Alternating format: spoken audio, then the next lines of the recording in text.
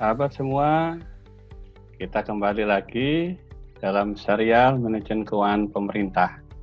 Pada kesempatan ini kita bicara tentang penyusunan rencana bisnis anggaran atau RPA Badan Layanan Umum.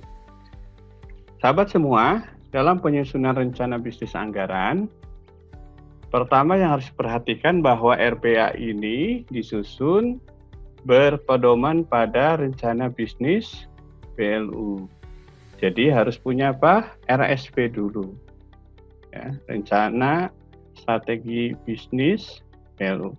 Kemudian prinsip yang dipakai dalam menyusun RPA ini adalah pertama berbasis kinerja, kemudian perhitungannya menggunakan akuntansi biaya, jadi ada hitung-hitungan, kebutuhan pendanaan, dan kemampuan pendapatan dari masing-masing sumber.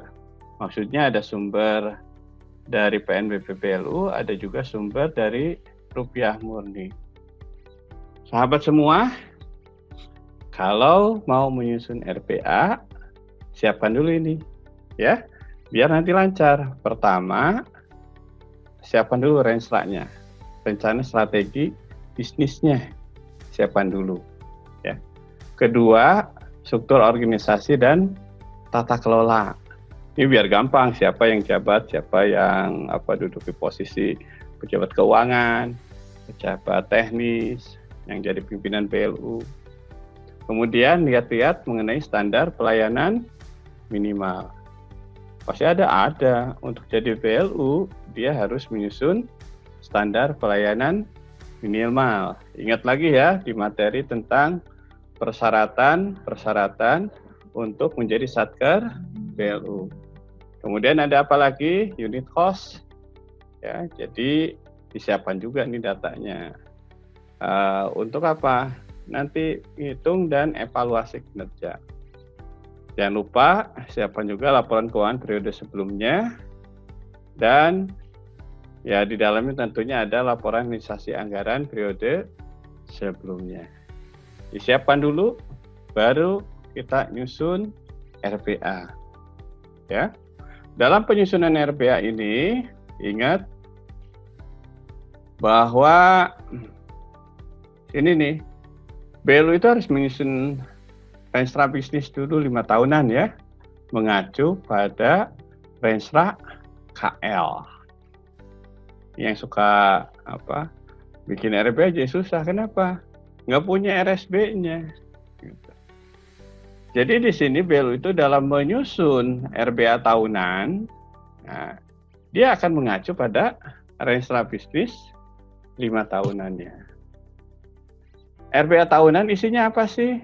Nah, ada program, kegiatan, anggaran, penerimaan pendapatan, pengeluaran belanja, estimasi saldo awal kas. Kenapa estimasi? Karena nyusun RPA 2021 disusun kan sekarang 2020. Saldo awal 2021 kan belum ada. Ya. Karena masih proses di 2020. Dan nanti kita memprediksi ya dari pendapatan, estimasi dan belanjanya, nanti kita bisa mengestimasi berapa saldo akhir BLU.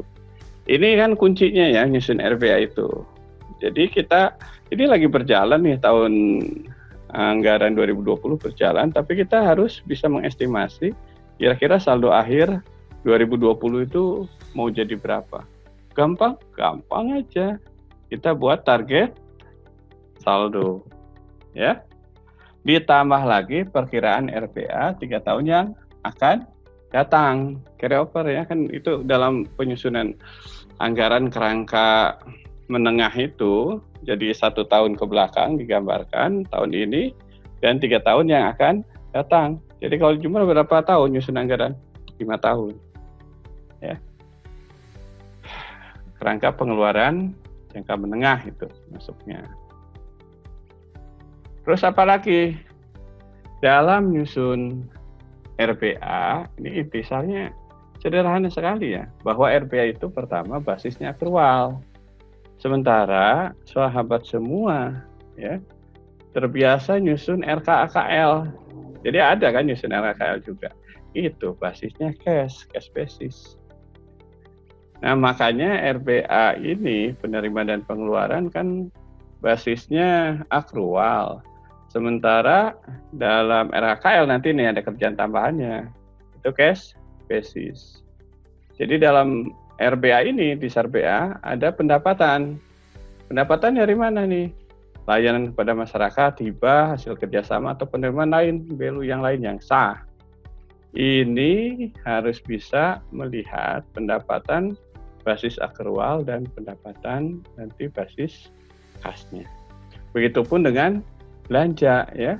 Semua belanja BLU mencakup nih baik yang didanai dari PNBP, dari hibah, dari saldo awal, termasuk yang dibiayai dari APBN atau rupiah murni. Dan ada juga ya untuk BLU itu dalam RPA-nya bisa disampaikan juga tentang pembiayaan. Baik itu berupa penerimaan pembiayaan maupun pengeluaran pembiayaan. Nah, belanja pada ikhtisar RPA itu apa aja? Ada belanja pegawai ya yang berasal dari APBN, terus ada belanja barang.